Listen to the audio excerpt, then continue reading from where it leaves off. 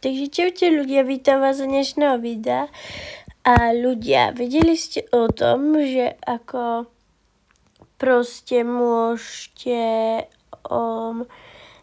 ako si vytvoriť vlastný merch na Robloxe bez počítača a na mobile alebo na tablete. To je vlastne jednoduché. Proste pôjdete do toho More, dáte Create a kliknete na tieto 3 bodky pri Home. Dáte tieto 3 bodky, dáte Creators, dáte Avatar Items, Classic T-shirt, lebo proste tieto short a pants to je za Robuxy.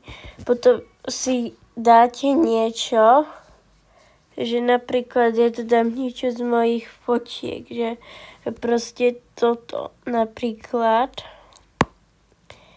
A proste napíšete to meno napríklad Pink a dáte upload a už tam máte Pink.